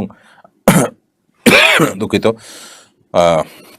গরু জবাই করা, কোরবানির বা অন্যান্য কাজে তাকে প্রায়োরিটি দিতে হবে, এরকমটি যদি তিনি মনে করেন, তাহলে সেক্ষেত্রে তিনি মসজিদের খেদমত করছেন না, এটা তার অন্য 10টি ব্যবসার মতো একটা ব্যবসার কাজে পরিণত করছেন সেটিকে। আর মসজিদকে যদি সেই কাজে পরিণত করেন, তাহলে সেক্ষেত্রে সবের চাইতে মসজিদের খেদমত করে তিনি আরও গুনাহগার হবেন বেশি। তো এই ধরনের স্বেচ্ছাচারী মনোভাব যাদের আছে তারা আসলে আল্লাহর ঘরের দায়িত্ব পালন করার জন্য উপযুক্ত ব্যক্তিই নন। আমাদের সমাজের ভালো এবং আপনার দায়িত্বশীল মানুষ, দায়িত্ববান মানুষ, নেককার মুত্তাকি মানুষগুলোকে খুঁজে খুঁজে মসজিদের দায়িত্ব দেওয়া হয় না সচরাচর, বরং দায়িত্ব দেওয়াই হয় এই সমস্ত ব্যক্তিদেরকে যাদের টাকা আছে, যাদের পেশি শক্তি আছে ইত্যাদি। তো মসজিদগুলোতে অন্তত এই ধরনের স্বেচ্ছাচারিতা বা এই ধরনের আপনার মাতবরি সর্দারি করা মানসিকতা কোনো অবস্থাতে গ্রহণযোগ্য নয়। এরকম মানসিকতা পালনকারীদেরকে মসজিদের দায়িত্ব দেওয়া উচিত নয়। আমাদের প্রত্যেকটা এলাকার মানুষের দায়িত্বশীল আচরণ করা উচিত। এক্ষেত্রে যে মসজিদ কমিটিতে তাদেরকে রাখা হবে, যে মানুষগুলো নামাজি, যে মানুষগুলো মসজিদ কমিটিতে থাকার সুযোগ রয়েছে, অধিকার রয়েছে বা যোগ্যতা রয়েছে, বিশেষ করে তারা সৎ হবেন ব্যক্তিগত জীবনে, আল্লাহ ভীরু হবেন, মুত্তাকি হবেন। আল্লাহ বলেছেন, ইন্নামা ইয়ামুরু মাসাজিদ আল্লাহি মান আমানা বিল্লাহি ওয়াল ইয়াউমিল আখির ওয়া আকামাস সালাতা ওয়া আতা যাকাতা ওয়া লাম ইয়াখশা ইল্লাল্লাহ। নিশ্চয়ই আল্লাহর ঘর আবাদ করবেন বা করেন সে সমস্ত মানুষেরা যারা আল্লাহর প্রতি ঈমান আনেন, আখিরাতের প্রতি ঈমান আনেন এবং 5 ওয়াক্ত সালাত আদায় করেন, যাকাত আদায় করেন এবং আল্লাহ ছাড়া কাউকে পরোয়া করেন না। তো এই মানুষগুলো মূলত আল্লাহর ঘরের দায়িত্ব পালন করবেন, ঘরের আবাদের দায়িত্বে নিয়োজিত থাকবেন। অতএব যে মসজিদ কমিটির সভাপতি ইমামের গায়ে হাত তুলেছেন এবং তার কোরবানি দেরিতে করার কারণে ইমামকে চাকরিচ্যুত করেছেন, ওই সভাপতিকেই মসজিদ থেকে বাদ দেওয়া এলাকার মুসল্লিদের কর্তব্যের মধ্যে পড়ে এবং ইমামের সাথে এই ধরনের আচরণকারী ব্যক্তির তওবা করা উচিত, আল্লাহকে ভয় করা উচিত। তিনি তার ফিরে আসা উচিত এই সমস্ত এই অহংকারী আচরণ থেকে। তা না হলে তিনি আল্লাহর আযাবকে কোনোভাবে এড়াতে পারবে বলে আমার মনে হয় না। আল্লাহ তারা একমাত্র ভালো জানেন এই বিষয়ে। সিকদার এমডি জাহাঙ্গীর, আপনি আমাদের ইউটিউব চ্যানেলে লিখেছেন, আমার বেডরুমের দেওয়ালে আয়াতুল কুরসি এবং আল্লাহ ও মুহাম্মদের নাম অঙ্কিত বিভিন্ন ওয়ালমেট লাগানো আছে। এরূপে স্ত্রীর সাথে ঘনিষ্ঠ হওয়ার বিধান কি? ওয়ালে যদি আয়াতুল কুরসি লেখা থাকে, কোরআন আয়াত লেখা থাকে বা আল্লাহ লেখা থাকে বা নবী সাল্লাল্লাহু আলাইহি ওয়াসাল্লামের নাম লেখা থাকে, তো সেক্ষেত্রে ওই রুমে স্ত্রী সহবাস করাতে কোনো শরীর দৃষ্টিকোণ থেকে বিধিনিষেধ নেই। তবে কোনো কোনো ওলামায়ে ওয়ালে এ ধরনের কোরআন আয়াত ইত্যাদি টাঙিয়ে রাখাটাকে নিষেধ করেছেন, নিরুৎসাহিত করেছেন। বিশেষ করে সৌদি আরব ওলামাদের কেউ কেউ এটিকে নিরুৎসাহিত করেন। তারা মনে করেন যে এতে কোরআনের অপমান হয়, কোরআনের অসম্মান হয় ইত্যাদি। যদিও এর বিপরীতে অন্যান্য ওলামায়ে কেরাম এটাকে সমর্থন করে এবং সেটারও যথেষ্ট যৌক্তিক কারণ রয়েছে। তো সর্বাবস্থায় এই ধরনের ওয়ালমেট যদি থাকে সেখানে স্ত্রী সহবাস করা এটি নিষিদ্ধ কোনো বিষয় হবে না। তবে কোরআনের প্রতি অসম্মান হয় এরকম কোনোভাবে যদি থাকে, একেবারে কাছাকাছি থাকে, স্পর্শ হয় অথবা দৃষ্টিকটু পর্যায়ে থাকে, তাহলে অবশ্যই সে ব্যাপারে দায়িত্বশীল এবং সতর্ক হওয়া কর্তব্য। এবং দৃষ্টিকটু কিনা এটা পরিস্থিতি দেখে বোঝা যায়, ওয়ালেট ঠিক কোন পজিশনে আছে, কিভাবে আছে না আছে, এটার উপর নির্ভর করে আসলে। তো এই জন্য পরিস্থিতি দেখে এই সমস্ত ক্ষেত্রে আমাদের দায়িত্বশীলতার সাথে আচরণ করতে হবে এবং কাজ করতে হবে। বিশেষ করে এমন কোনো জায়গায় আসলে কোরআন কারীমের আয়াত ইত্যাদি রাখা উচিতই না যেখানে আসলে কোরআন কারীমের প্রতি অসম্মান হতে পারে, দৃষ্টিকটু হতে পারে, অসম্মান হতে পারে। অনেক সময় দেখা যায় বিভিন্ন পোস্টারে আমরা কোরআন কারীমের আয়াত লিখে যেখানে সেখানে ওয়াল ডোয়ার লাগাই দিই, যেখানে দেখা যায় ছিঁড়ে নিচে পড়ে। অনেক সময় দেখা যায় যে আপনার অনেক পশু পাখি সে সমস্ত ওয়ালে বসে, অথবা কুকুরে অনেক সময় দেখা যায় ওয়ালে পেশাব করে, অথচ সেখানে আমি আল্লাহর নাম লিখছি এত নিচে যে এটা অসম্মান হতে পারে। তো এই জন্য বাসায় হোক আর বাসার বাইরে হোক, ওয়ালমেট বা আল্লাহর নাম ইত্যাদি আমরা রাখার ক্ষেত্রে কোন পজিশনে রাখছি, কিভাবে রাখছি, দৃষ্টিকটু হচ্ছে কিনা, অসম্মান হচ্ছে কিনা, এই বিষয়গুলো আমাদের মাথা রাখা দরকার। আনাস সিদ্দিক আপনি লিখেছেন, আপনার একটি বক্তব্যের বিপরীত মুখী দুটি কথা দেখলাম। একবার বললেন হারাম খেলে দোয়া কবুল হয় না, আবার অন্যত্র বললেন হারাম খেলে ইবাদত কবুল হয়। এতে স্ববিরোধিতা লক্ষ্য করা যাচ্ছে, কোনটি সঠিক বিভ্রান্তি নিরসন করবেন? বায়ানা সিদ্দিক এটি নিয়ে কোনো কোনো ভাই দেখেছি ভিডিও করেছেন, খুবই আশ্চর্যজনক বিষয়। কাটসাট করে আমাদের বক্তব্যকে অনেকে ভিডিও করছেন এবং সেগুলোকে আমাদের বক্তব্য বলে চালিয়ে দিচ্ছেন। ব্যাপারটা অনেকটা এরকম যে আল্লাহ বলেছেন লা তাকরাবুস সালাহ ওয়া আনতুম সুকারা, তোমরা মাদকাসক্ত হয়ে নেশাগ্রস্ত হয়ে নামাজের কাছেও যেও না। এখানে নামাজের কাছেও যেও না এই অংশটুকু নিয়ে শুধু ফুল স্টপ যদি করে দেওয়া হয় তাহলে অর্থটা কি দাঁড়াবে? যে আল্লাহ বলেছেন তোমরা আমাদের কাছেও যেও না। ঠিক অনেকটা এই টাইপের কাটসাট করেছেন কেউ কেউ আমাদের বক্তব্যের। অর্থাৎ আমরা আমাদের এক বক্তব্যে বলেছি যে কেউ যদি নেকামল করে আর অন্যের সম্পদ আত্মসাৎ করেন, তাহলে সেক্ষেত্রে তার নেকামল যে তার আমল নামা যুক্তই হবে না, নেকামল হবেই না, ব্যাপারটা সেরকম না। বা কোনো দিন সেরকম বোঝা যায় না, বরং নেকামলের জায়গা ঠিকই হবে। কিন্তু কিয়ামতের ময়দানে এই যে পাওনাদারদের পাওনা তিনি পরিশোধ করেন নাই, হক মেরে খেয়েছেন, এই জন্য তাদেরকে নেকামল যেগুলো দুনিয়াতে করেছেন সেগুলোর সব দিয়ে দিয়ে তাদের থেকে দায়মুক্ত হতে হবে। এই দায়মুক্ত হতে হতে একটা পর্যায়ে তার আমল নামার খালি হয়ে যাবে, বরং তখনও পাওনাদার থাকবে, তখন তাদের পাপের বোঝা থাকেনি, জাহান্নামে যেতে হতে পারে। এ হলো পুরো বক্তব্য। এখন বক্তব্যের প্রথম অংশ নিয়ে এমনভাবে দাঁড় করানো হয়েছে যে ব্যাপারটা এরকম আছে, অন্যের হক মেরে খেলে কোনো অসুবিধা নাই, আমল ঠিকই কবুল হবে, আমল নামা ঠিকই যুক্ত হবে, কোনো দেশে কোথাও নাই যে এতে কোনো অসুবিধা হবে। ব্যাপারটা এরকম একটা ধারণা দেওয়া হয়েছে আমাদের বক্তব্যের প্রথম অংশকে কেটে নিয়ে আলাদা ভিডিওতে বসিয়ে দিয়ে। আল্লাহ তাআলা তাদেরকে হেদায়েত দান করুক যারা এই ধরনের কাজ করেন। আর দোয়া কবুল হবে না হারাম ভক্ষণ করলে, সেটি তো দিনের আলামত পরিষ্কার, কারণ সে সম্পর্কে নবী সাল্লাল্লাহু আলাইহি ওয়াসাল্লামের হাদিস রয়েছে পরিষ্কারভাবে যে কোনো ব্যক্তি এলোমেলো চুল ধুলোমলিন শরীর নিয়ে অনেক দূর থেকে এসে যদি কাবা ঘর তওয়াফ করতে থাকেন, আল্লাহর কাছে দোয়া করতে থাকেন, তার দোয়া করতে কবুল হবে যদি তার হারাম দ্বারা দেহ এবং শরীর ইত্যাদি গঠন হয়ে থাকে। সেটি তো পরিষ্কারভাবে হাদিসে বলা হয়েছে দোয়া কবুল হবে না। তো অন্যান্য ইবাদত যেগুলো আছে সেই ইবাদতগুলো যদি কেউ করেন, তাহলে সে ইবাদতগুলো করেও তার সে ইবাদতের সওয়াব তিনি লাভ করতে পারবেন না যদি তার পাওনাদারদের পাওনা দুনিয়াতে পরিশোধ করে না যান।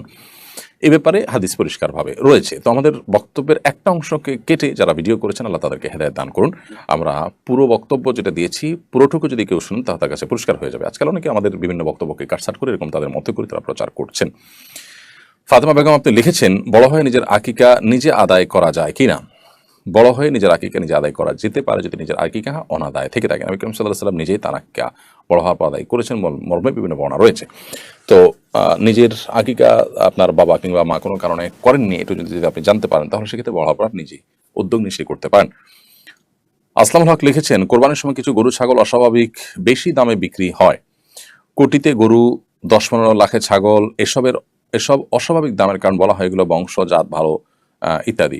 ব্যাপারটিকে কিভাবে দেখেন?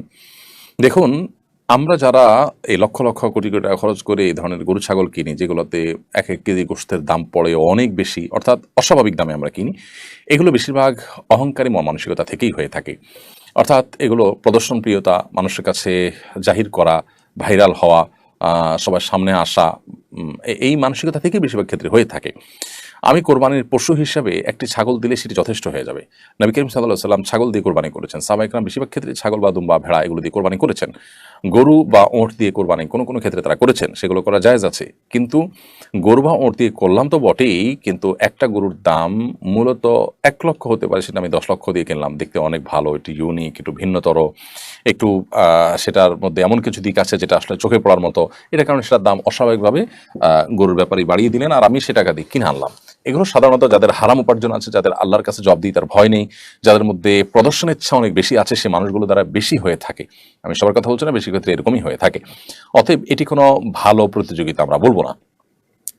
আপনার অনেক টাকা যদি থাকে, আপনি যদি অনেক বেশি পশু কোরবানি করতে চান, করতে পারেন। নবী করিম সাল্লাল্লাহু আলাইহি ওয়াসাল্লাম অনেকগুলো পশু কোরবানি করেছেন।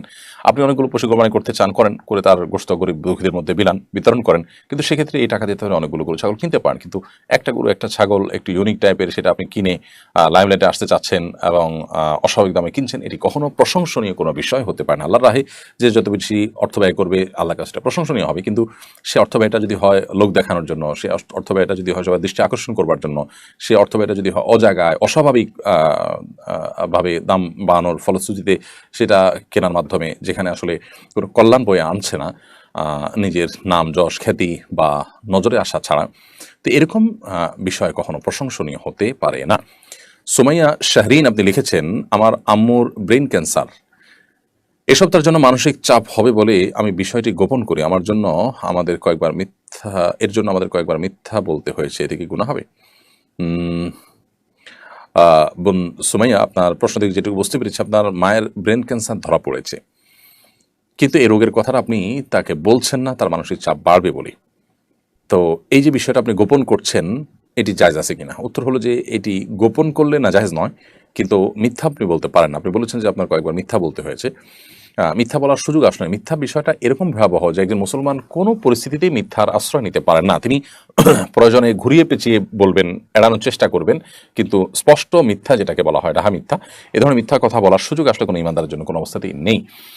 আপনার আম্মুর প্রতি আন্তরিক হয়ে, তার প্রতি দয়াপরবশ হয়েই আপনি তাকে এটি শোনাতে চাচ্ছেন না, ওকে, আপনি তাহলে অ্যাভয়েড করার চেষ্টা করেন, বিভিন্নভাবে ঘুরিয়ে পেঁচিয়ে আপনি কৌশলে এড়ানোর চেষ্টা করেন। কিন্তু যদি সরাসরি মিথ্যা কথা বলেন, তাহলে সেক্ষেত্রে সেটা জায়েজ হবে না, এবং তার জন্য আল্লাহর কাছে আপনাকে গুনাহগার হতে হবে। প্রয়োজনে আপনাকে কাউন্সেলিং করে সঠিকভাবে তাকে আপনার আল্লাহর ভয়, আখিরাতের যাওয়ার বাস্তবতা, জীবনের বাস্তবতা তুলে ধরে তারপর তাকে বলেন আল্লাহর প্রতি ভরসা, তাওয়াক্কুল, আল্লাহর হাতেই সবকিছু, এই বিষয়গুলো তাকে আলাপ আলোচনা করে তারপর তাকে আপনি যদি পারেন সুযোগ মতো বলে দিলেন, সেটা বেটার। এবং এতে অনেক সময় একজন মানুষ মৃত্যুর আগে তার যথেষ্ট প্রস্তুতি নেওয়ার সুযোগ হয়, তওবা করার সুযোগ হয়। সেই ইতিবাচক দিকগুলো কিন্তু আছে, মানুষ যদি জানতে পারে তাহলে সেক্ষেত্রে সেই সুযোগটা তারা লাভ করেন। সো সেই সমস্ত দিক বিবেচনা করে প্রয়োজন আপনি তাকে বলবেন। আর যদি একান্ত না বলতে চান, তো ডাইরেক্ট মিথ্যা বলার সুযোগ কিন্তু নেই। ডাইরেক্ট মিথ্যা বললে ঠিকই আপনাকে গুনাহগার হতে হবে। নুরুদ্দিন লিখেছেন, অনেকে কোরবানির পশুর চর্বি বিক্রি করেন, কোরবানির পশুর চর্বি বিক্রি করার বিধান কি? কোরবানির পশুর কোনো কিছুই আসলে আমরা হয় ভোগ করতে পারি, আর নাহলে কাউকে দান করতে পারি। আমি বিক্রি করে তার মুনাফা ভোগ করতে পারি না। এমনকি আমি কোরবানির পশুর গোশত যদি বিক্রি করতে চাই, গরিব চিন্তা করি যে আমি গরিব দুঃখীকে দান করে দিব, তো সেটাও শরিয়া নির্দেশিত নয়। কারণ আমরা জানি যে কোরবানি নয় শুধু, যে কোনো ইবাদত, আর্থিক ইবাদত যখন আমরা আল্লাহর উদ্দেশ্যে নিবেদন করি, তখন সেটা আল্লাহর জন্য হয়ে যায়। ওইটাতে আর আমাদের কোনো সে থাকে না। কোরবানি গোশতটা আল্লাহ আমাদেরকে, আমরা আল্লাহর উদ্দেশ্যে কোরবানি করার পরও আমরা বলেছি আল্লাহুম্মা মিনকা ওয়ালাক, আল্লাহ আপনার পক্ষ থেকে এই পশু আপনার উদ্দেশ্যে আমি কোরবানি করলাম। অর্থাৎ এটি আপনাকে আমরা যেরকম দান করে দিই আল্লাহর উদ্দেশ্যে, এরকম দান করে দিলাম। তো দানের জিনিস নিজে ভোগ করার সুযোগ থাকে না, কিন্তু এক্ষেত্রে আল্লাহ তাআলা আমাদেরকে খাওয়ার সুযোগ দিয়েছেন। তো আমরা খাওয়ার সুযোগ পেয়েছি, এটাকে বিক্রি করার কোনো সুযোগ নেই। আল্লাহ আমাদেরকে খেতে দিয়েছেন, আমরা খেতে পারি, দান করতে পারি, বাট বিক্রি করতে পারি না। তো সেই হিসাবে কোরবানির পশুর চর্বি বিক্রি করা জায়েজ নয়। অনেক সময় দেখা যায় যে হাড় বিক্রি করেন অনেকে, এটা জায়েজ নয়। প্রয়োজন আপনি সেগুলো দান করে দিবেন, গরিব দুঃখীকে দান করে দিবেন, বিক্রি করবেন না।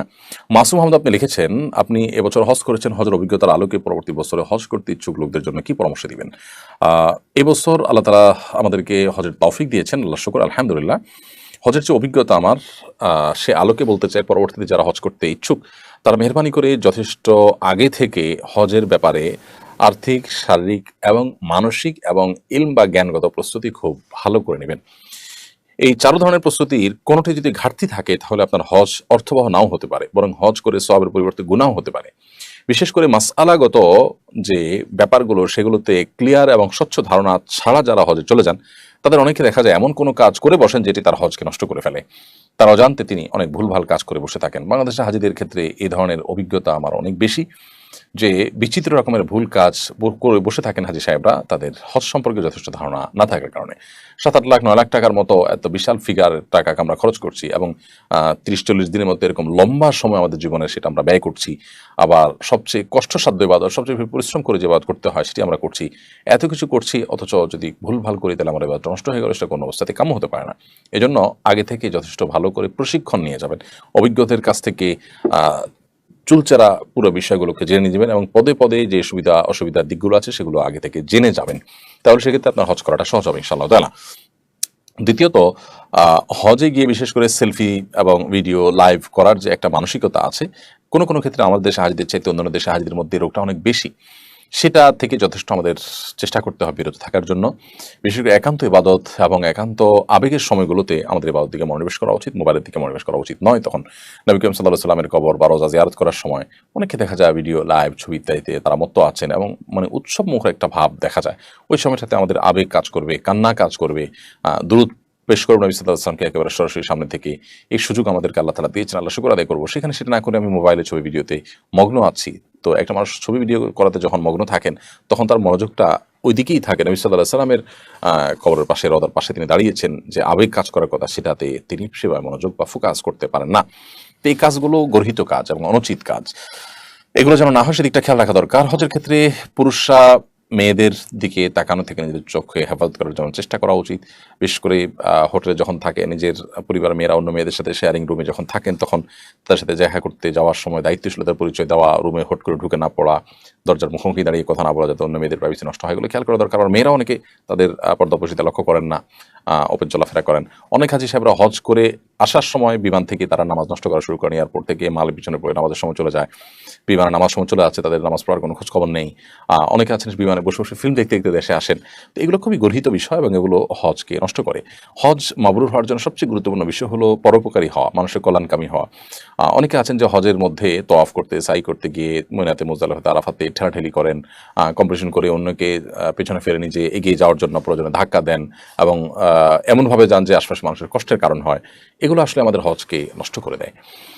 একজন মানুষ মাবরুর বা ভালো হজ করার জন্য হাজিদেরকে, অন্যান্য সহযাত্রীদেরকে উপকার করার চেষ্টা করবেন, অন্যের জন্য ছাড় দেওয়ার মানসিকতা রাখবেন, নিজে একটু পিছনে গিয়ে অন্যকে এগিয়ে দেওয়ার চেষ্টা করবেন, নিজে কোনো একটা সুযোগ না নিয়ে আরেকজনকে অগ্রাধিকার দিবেন। এই ধরনের মানসিকতা ছাড়া মাবরুর হজ করা কোনোদিন সম্ভব হয় না। বেশিরভাগ হাজিরাই এই ক্ষেত্রে ধরা খেয়ে যান, অর্থাৎ তারা মাবরুর হজই হওয়ার জন্য যা দরকার সেই জায়গাটাতে তারা ফোকাস ফেলতে পারেন না। তো সবসময় চেষ্টা করা দরকার যে আমার গায়ের ধাক্কা যেন কার গায়ে না লাগে, যথেষ্ট বিনয়ের সাথে আমি চলবো। কেউ অন্যায় করেছে আমি ক্ষমা সুন্দর দৃষ্টিতে দেখবো, আল্লাহর জন্য সবর করব, সব ক্ষেত্রে আমি মানুষ উপকার করা, কল্যাণ কামনা করার চেষ্টা করব। এই জিনিসটা আমার হকে মাবরুর হজ করার তৌফিক এনে দেবে ইনশাআল্লাহ তাআলা। আব্দুল আহাদ মন্ডল আপনি লিখেছেন, কোরবানির গোশত বিতরণের সঠিক নিয়ম কি? 3 ভাগে গোশত বিতরণ করা কি আবশ্যক? 3 ভাগে বিতরণ করা আবশ্যক না হলেও এটা উত্তম, এতে কোনো সন্দেহ নেই। আজকাল অনেকে এই মাসআলা জেনে এরপর গরিব দুঃখীদের কার কোরবানি দিচ্ছেন না, সবগুলো নিজেদের ফ্রিজে ভরে ফেলছেন। এটা উচিত নয়। 3 ভাগে ভাগ করা এটা যেমন আবশ্যক নয়, কেউ গরিবদেরকে একটু বেশি দিলেন সেটা জায়েজ আছে, আর নিজে একটু কম খেলেন সেটা জায়েজ আছে, কোনো অসুবিধা নেই, অথবা বিপরীত করলেন সেটাও জায়েজ আছে। কিন্তু 3 ভাগে বিভক্ত করা, নিজে কিছু খাওয়া, পাড়া প্রতিবেশী আত্মীয়স্বজনকে কিছু দেওয়া, গরিবদের কিছু দেওয়া, এভাবে 3 ভাগে ভাগ করার বিষয়ে বিভিন্ন বর্ণনা রয়েছে, আয়াতের মধ্যে কোরআনের মধ্যে ইঙ্গিত রয়েছে। জুবাইর আহমদ আপনি লিখেছেন, হজে গিয়ে যারা মারা গেছেন তারা কি নিশ্চিত জান্নাতি? হজে গিয়ে মারা গেলে নিশ্চিত জান্নাতি এভাবে বলার সুযোগ আসলে নেই। শুধু হজে নয়, অন্য কোনো ক্ষেত্রেই কেউ মারা গেলে নিশ্চিত জান্নাতি কিংবা নিশ্চিত জাহান্নামী এরকম কোনো মন্তব্য করার সুযোগ আসলে নেই।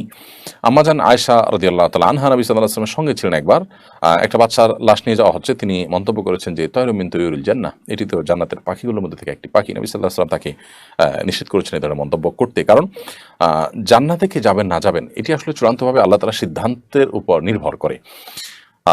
বান্দার নেকামল দেখে বা তার একটা ভালো মৃত্যু দেখে আমরা সুধারণা করতে পারি। একজন মানুষ হজ করতে করতে মারা গিয়েছেন, সন্দেহাতীতভাবে একটি একটা ভালো মৃত্যু, একটি সুধারণা তৈরি করে লোকটা হয়তো জান্নাত ইনশাআল্লাহ তাআলা। সেই তার সুধারণা করা, পোষণ করা, সেই সান্ত্বনা গ্রহণ করা, তার ব্যাপারে ভালো ধারণা করা, এটা আমরা করতেই পারি। বাট এর বাইরে তাকে নিশ্চিত জান্নাতি বলার কোনো সুযোগ কিন্তু নেই। নবী করিম সাল্লাল্লাহু আলাইহি ওয়াসাল্লাম তিনি একবার কোন একটা জেহাদে এক ব্যক্তির মৃত্যুর পর সাহাবীদের যখন তার সম্পর্কে জান্নাতি বা শহীদ এরকম মন্তব্য তারা যখন করছিলেন, নবী সাল্লাল্লাহু আলাইহি ওয়াসাল্লাম সেখানেও তাদেরকে নিষেধ করেছেন। পরবর্তীতে দেখা গেল যে লোকটি মারা গিয়েছেন জেহাদে করতে করতে তিনি মারা গেলেন, স্বাভাবিকভাবে তিনি শহীদ মনে হচ্ছিল, কিন্তু দেখা গেল পরবর্তীতে খোঁজ খবর নিয়ে যে লোকটি আত্মহত্যা করে, অর্থাৎ কোনো একটা আঘাতপ্রাপ্ত হয়ে কষ্ট সহ্য না করতে পেরে তিনি আত্মহত্যা করে মারা গিয়েছেন। তো দেখুন, আত্মহত্যা করে মারা গেলে তিনি জাহান্নামী হয় সাধারণত। তো এই লোকটি তার সম্পর্কে সাহাবীরা যে মন্তব্য করছে নবী সাল্লাল্লাহু আলাইহি ওয়াসাল্লাম নিষেধ করেছেন। এখান থেকে বোঝা গেল যে বাহ্যিক অবস্থা থেকে কাউকে জান্নাত কিংবা জাহান্নামী আমরা সিদ্ধান্ত দিতে যাব না। তবে হ্যাঁ, সুতরাং অবশ্যই প্রশ্ন করতে পারি যদি কেউ ভালো কাজ করতে করতে মৃত্যুবরণ করেন, বিশেষ করে এহরামরত অবস্থায় কোনো ব্যক্তি যদি মৃত্যুবরণ করেন হজ বা উমরার এহরামরত অবস্থায়, তাহলে সে ব্যক্তি কিয়ামতের ময়দানে ঠিক ওই অবস্থায় আল্লাহর কাছে উত্থিত উঠবেন, সে মর্মে বর্ণনা রয়েছে। আশিক মণ্ডল লিখেছেন, দব্বা একমুখী ঢোল, এটি দফ মূলত দব্বানো, যাই হোক, বাজানো কি ইসলামে জায়েজ? এক হুজুর বলেছেন এটি ইসলামী সঙ্গীতের সাথে এবং কোনো সম্মানীয় ব্যক্তিকে ওয়েলকাম করার জন্য ব্যবহার করা যেতে পারে। দফ ব্যবহার করার একটা সেরাই জায়গা হলো বিয়ে শাদী। বাচ্চারা বিয়ে শাদীতে আনন্দ করার জন্য বিভিন্ন শ্লোক বা ভালো কথামালা আছে, ভালো কথা আছে, এরকম কোনো গান যদি খালি মুখে তারা গায়ে, পাশাপাশি দফ বাজাতে চায়, তো সেটি বা করতে পারে। এর বাইরে সাধারণত অন্য কোনো ইসলামী গজল বা এ জাতীয় কোনো কিছুর সাথে দফের আওয়াজ যুক্ত করা জায়েজ বলে আমার জানা নেই। যদি কেউ বলে থাকেন তার কাছ থেকে একটু প্রমাণ জানার চেষ্টা করবেন। মারুফ হাসান লিখেছেন, গোপালগঞ্জের এক এলাকা একটি গাছ নাকি কথা বলে, সবাই সেখানে ভিড় করে, এটা কি সম্ভব? এবার ইসলাম কি বলে? বহুত আলোচনা হয়েছে, আমি দেখেছি সোশ্যাল মিডিয়াতে, অনেকেই প্রশ্ন করছেন আজকেও। প্রথম কথা হলো যে আল্লাহ সুবহানাহু ওয়া তাআলার কাছে তো অসম্ভব কোনো কিছুই নয়, সব কিছুই আল্লাহ তাআলার কাছে সম্ভব। কিয়ামতের ময়দানে মানুষের হাত মুখ যখন কথা বলবে, তখন মানুষ আশ্চর্য হয়ে বলবে যে এরা কথা বলছে, তখন আল্লাহ তাআলা সে প্রসঙ্গে বলেছেন যে সেদিন মানুষের অঙ্গ প্রত্যঙ্গ বলবে যে আনতাকানাল্লাহুল্লাযী আনতাকা কুল্লা শাই, আজকে সে আল্লাহ আমাদের কথা বলার শক্তি, বাকশক্তি দিয়ে দিয়েছেন, যিনি সব বস্তুকে বাকশক্তি দিয়েছেন, অন্য সবাইকে বাকশক্তি, যাদের বাকশক্তি আছে তাদেরকে দিয়েছেন, আমাদেরকে আল্লাহ সেভাবে দিয়েছেন। তো এটা আল্লাহর জন্য অসম্ভব কিছু না। বিশেষ করে কিয়ামতের আগে গাছ কথা বলবে, কোনো গাছের আড়ালে কোনো ইহুদি লুকিয়ে থাকলে তখন গাছ বলে দিবে যে আমার আড়ালে ইহুদি লুকিয়ে আছে, হে মুসলিম, তাকে তুমি হত্যা করো। তো এরকম বর্ণনা রয়েছে। কিন্তু এখন আমাদের বর্তমান পরিস্থিতিতে বিশেষ যে ঘটনাকে কেন্দ্র করে এই ধরনের আলোচনা চলছে, বেশিরভাগ ক্ষেত্রে এই ধরনের ঘটনা আমাদের দেশে কিছুদিন পর পর এই ধরনের এ জাতীয় ঘটনা শোনা যায়। এগুলো বেশিরভাগ ক্ষেত্রেই মানুষের নিছক ধারণা থাকে এবং গ্রামের মানুষের মধ্যে কৌতূহল থেকে সবাই একটা মানসিক ব্যাপার হয়ে দাঁড়ায় যে সবাই যখন বলছে তখন তার মনে হয় যে হ্যাঁ, কিছু একটা সে শুনতে পাচ্ছে, এরকম হয় বেশিরভাগ ক্ষেত্রে। বাকি এক্ষেত্রে কি ঘটেছে অ্যাকচুয়াল আমি সেটা জানি না, তবে আল্লাহ সুবহানাহু ওয়া তাআলার জন্য সব কিছুই সম্ভব। দ্বীনের অনেক বিষয় নিয়ে আজকাল অনেক তরুণরা, অনেক নামধারী মুসলমানরা ট্রল করেন, তারা আসলে পরিপূর্ণভাবে দ্বীন বুঝেননি, ইসলাম এবং ঈমান তারা বুঝেননি, নিজেকে সেভাবে আল্লাহর কাছে সুপর্দ করতে পারেনি, যার কারণে তাদের মধ্যে এই ধরনের মানসিকতা তৈরি হয়। আব্দুল মুবিন আপনি লিখেছেন, আমাদের সমাজে কেউ একবার হজ করলে তাকে হাজি বলা হয়, একাধিকবার হজ করলে তাকে আলহাজ বলা হয়। হাজি আর আলহাজে আসলে কি কোনো পার্থক্য আছে? নামের শুরুতে হাজি বা আলহাজ লেখার বিধান কি? শেষ থেকে শুরু করি। নামের শুরুতে আলহাজ বা হাজি লেখার কোনো যৌক্তিকতা নেই, বরং আমি হজ করেছি এটা জাহির করা মানসিকতা থেকে যদি এরকম করেন, তাহলে সে তার হজের সব তো পাবেই না, বরং সেটি গুনাহের কারণ হবে এবং এটা খুব বাজে একটা নজির হবে।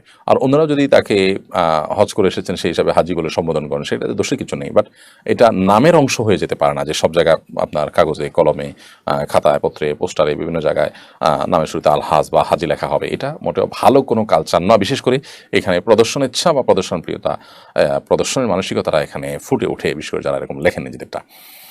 আর একবার হজ করলে হাজি, দুইবার হজ করলে আলহাজ, অর্থের দিক থেকে এই পার্থক্যটা একেবারে হাস্যকর। কারণ আরবি গ্রামার ব্যাকরণ যারা বুঝেন তারা বলতে পারবেন হাজি এবং আলহাজের ভিতরে একবার বা একাধিকবার হজ করার মতো কোনো পার্থক্যের বিষয় এখানে নেই। দুইটার অর্থ একই, হাজি যিনি হজ করেছেন, আলহাজ মানে যিনি হজ করেছেন, সেটা একবার হজ করলেও প্রযোজ্য হবে, বহুবার হজ করলেও একই কথা প্রযোজ্য হবে। অতএব আপনার এই পার্থক্য যদি করে থাকে কোনো এলাকাতে মানুষ করে, তাহলে সেক্ষেত্রে তাদের নিছক ধারণা থেকে তারা করেছেন, এটার কোনো ভিত্তি নেই। আরবি গ্রামার ব্যাকরণ বা ভাষাগতভাবে এরকম কোনো পার্থক্য নয় যে একাধিকবার হলে আলহাজ হবে, একবার হলে হাজ হবে। ইব্রাহিম লিখেছেন, আমাদের সন্তানরা কন্টেন্ট ক্রিয়েটরদের রং সঙ্গে জীবন দেখে লেখাপড়ার আগ্রহ হারিয়ে সেদিকে ঝুঁকছে। ইউটিউব, টিকটক, ফেসবুক থেকে তাদেরকে কিভাবে দূরে রাখা সম্ভব পরামর্শ কামনা করছি।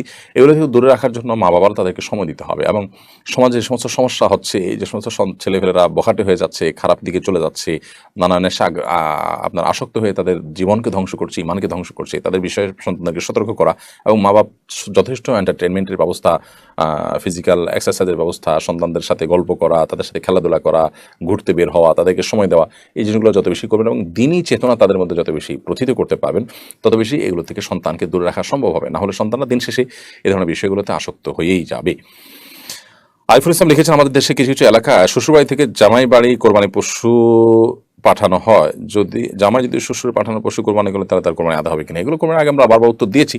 তারপর প্রশ্ন এসেছে, জামাই জন্য যদি শ্বশুর কোরবানি পশু পাঠায় তাহলে সেটা যদি তিনি কোরবানি করেন তো কোরবানি তার হবে কিনা? এটি নির্ভর করবে যে এটি আসলে যৌতুক হিসেবে তিনি নিয়েছেন কিনা, অথবা সমাজের প্রথা প্রচলন অংশ হিসাবে নিয়েছেন কিনা।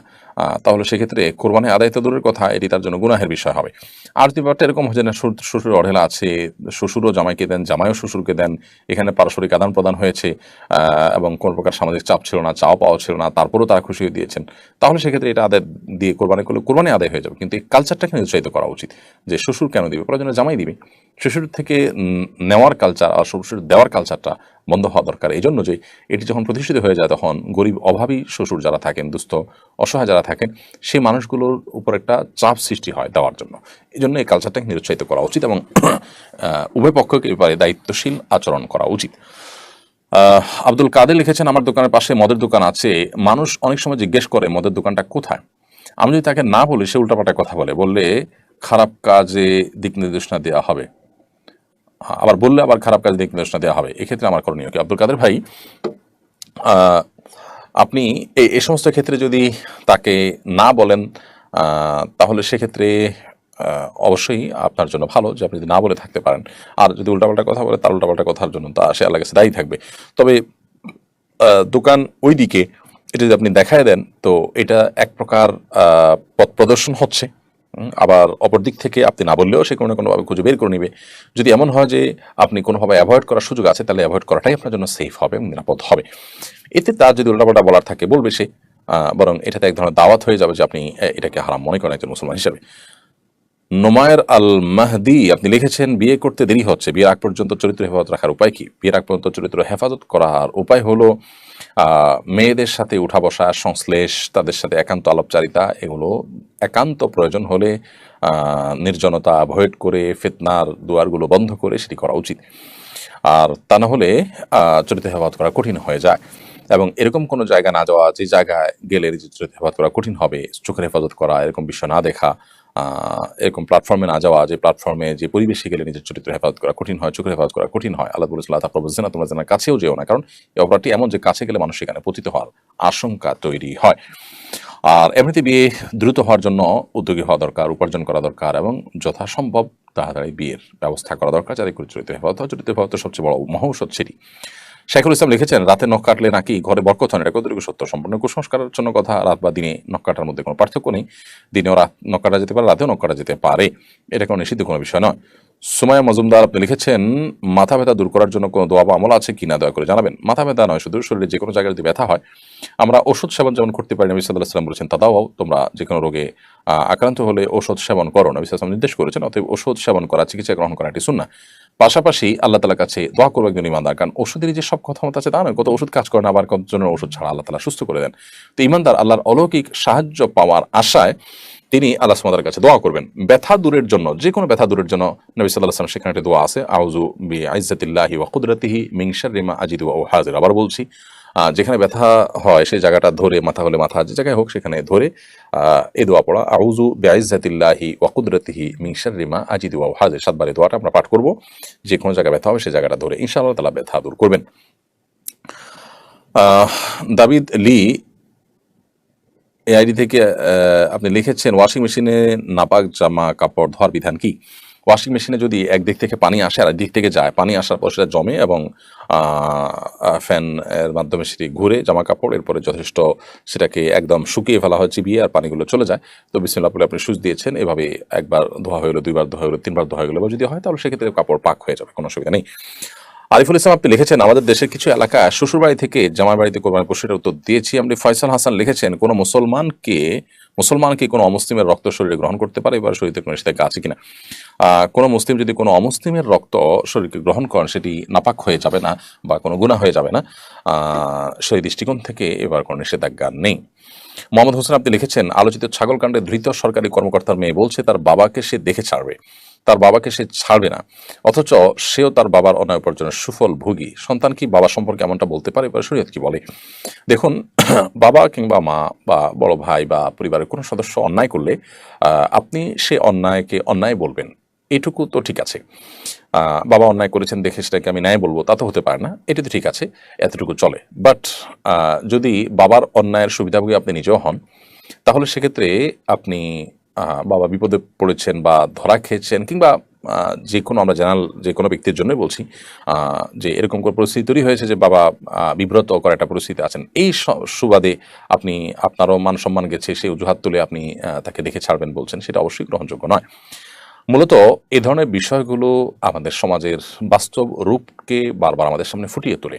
কোরআনে আল্লাহ তাআলা বলেছেন, ইয়াউমা ইয়াফিরুল মারউ মিন আখিহি ওয়া উম্মিহি ওয়া আবিহি ওয়া সাহিবাতিহি ওয়া বানিহি। মানুষ সেদিন মা বাবা সন্তান স্বামী স্ত্রী পরস্পর থেকে কিয়ামতের দিন পলায়ন করার চেষ্টা করবে। কারণ এই প্রিয়জনরা কেউ দেখে যদি নেকামল চেয়ে বসে, কেউ যদি কোনো পাপের দায় নিতে বলে, এজন্য একে অন্যকে দেখে আত্মগোপন করবে এবং লুকিয়ে ছাপিয়ে পালিয়ে বেড়ানোর চেষ্টা করবে। তো এ ধরনের পরিস্থিতি কিয়ামতের দিন হবে। অথচ দুনিয়াতে আমরা দেখতে পাই যে মানুষ যে সন্তান সন্ততির জন্য, পরিবারের জন্য অন্যায়ভাবে উপার্জন করেন, হারাম উপার্জন করেন, একটা পর্যায়ে সেই সন্তান সন্ততি তার সেই পাপের দায় নিতে চান না। কিয়ামতের ময়দানে কোত্থেকে নেবেন? দুনিয়াতেই অনেকে সেটিকে অস্বীকার করেন। অতএব সন্তানকে সততার সাথে মানুষ করার চ্যালেঞ্জটাতে আমাদের ফোকাস করা উচিত এবং সেটাতে আমাদের অগ্রসর হওয়া উচিত, চ্যালেঞ্জ ওভারকাম করা উচিত, যাতে আমাদের সন্তানকে আমরা সততার সাথে মানুষ করতে পারি। তাদেরকে মানুষ মুত্তাকি আল্লাহ ভীরু যদি আমরা করতে পারি, এই সন্তান কোনোদিন বাবা মাকে এই ধরনের কথা বলবে না, বরং বাবা মার কোনো অন্যায় হয়ে থাকলে তাদেরকে সংশোধনী যেমন দেওয়ার চেষ্টা করবে, তাদের অন্যায়কে অন্যায় যেমন বলবে, ঠিক তেমনিভাবে বাবা মার প্রতি ন্যূনতম যে সন্তান হিসাবে তার দায়িত্বশীলতা আছে, ভদ্রতা প্রদর্শন করার কথা আছে, সেটা তা পালন করবে। সন্তান যদি দিনদার হয়, ধর্মভীরু হয়, আল্লাহ ভীরু হয়, সে কখনো বাবা মাকে কষ্ট দিতে পারে না, দেয় না। অতএব সন্তানকে ধার্মিকতা শিক্ষা না দিলে, দিনদারিতার শিক্ষা না দিলে, সে সন্তান বাবা মার সাথে অনেক অন্যায় আচরণ করতে পারে, যেটা অহরহ আমাদের সমাজে হচ্ছে। বিশেষ করে যারা সন্তানদের ছোটবেলা থেকে তাদের জন্য পাগল পড়া হয়ে যাচ্ছেন, দুর্নীতি করে, চুরি করে, সুদ ঘুষ নানাভাবে অবৈধ উপার্জন করে সম্পদের পাহাড়ে গড়ে তুলছেন, কি জন্য? সন্তানের ভবিষ্যতের দিকে তাকিয়ে। দুঃখিত, এ ধরনের ঘটনা সে সমস্ত মানুষের জন্য চোখে আঙ্গুল দিয়ে শিক্ষা দিয়ে দেয় যে কর্মস্থলের সন্তান বা পরিবারের কোনো সদস্য বা কারোর জন্যই অন্যায় কাজ করা উচিত নয়। আল্লাহ তাআলা আমাদেরকে বোঝা এবং শিক্ষা গ্রহণ করার তৌফিক দান করুন।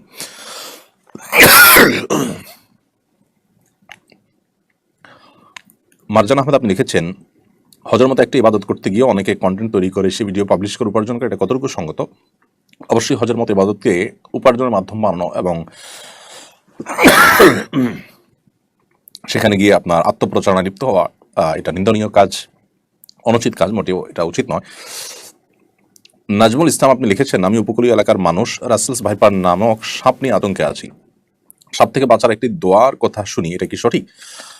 ভাই নাজমুল ইসলাম, সুনান আবু দাউদ, নাসাই এবং আহমদে বিশুদ্ধ সূত্রে বর্ণিত হয়েছে নবী সাল্লাল্লাহু আলাইহি ওয়াসাল্লাম থেকে, যে তিনি একটা দোয়া শিক্ষা দিয়েছেন, যে দোয়ার মধ্যে বিভিন্ন ক্ষয়ক্ষতি থেকে আল্লাহ তাআলার কাছে আশ্রয় প্রার্থনা শিক্ষা দেওয়া হয়েছে, এবং সেই দোয়াতে সাপে কাটার মাধ্যমে কারণ মৃত্যু যেন না হয় সেজন্য আল্লাহর কাছে আশ্রয় প্রার্থনা করা হয়েছে। দোয়াটা সঠিক। দোয়াটা হলো, আল্লাহুম্মা ইন্নী আউযু বিকা মিনাল হাদমি ওয়া আউযু বিকা মিনাত তারাদ্দি ওয়া আউযু বিকা মিনাল গারকি ওয়াল হারাকি ওয়া আউযু বিকা মিন আন আমুতা লাযীগা। যার অর্থ হলো, হে আল্লাহ, আমি কোনো ওয়াল চাপায় অথবা উপর থেকে পড়ে গিয়ে মৃত্যু, ওয়াল চাপায় মৃত্যু, কিংবা পানিতে ডুবে মৃত্যু, কিংবা কোনো আগুনে পুড়ে মৃত্যু, কিংবা কোনো সাপে কাটায় মৃত্যুবরণ থেকে আমি আপনার কাছে পানাহ চাই। অতএব এই মর্মে দোয়া করাটা বিশুদ্ধ হাদিস দ্বারা প্রমাণিত। প্রিয় দর্শক, দেখতে দেখতে আমাদের অনুষ্ঠানের একেবারে শেষ প্রান্তে আমরা পৌঁছে গেছি, বিধায় আজকে বোধহয় এখানে শেষ করতে হচ্ছে। ইনশাআল্লাহ বিদিনিল্লাহ, আল্লাহ যদি তৌফিক দান করেন, আগামী সপ্তাহে একই অনুষ্ঠান আপনাদেরকে একই সময় দেখার আমন্ত্রণ আমরা জানাচ্ছি। আল্লাহ তাআলা বাঁচিয়ে রাখুন।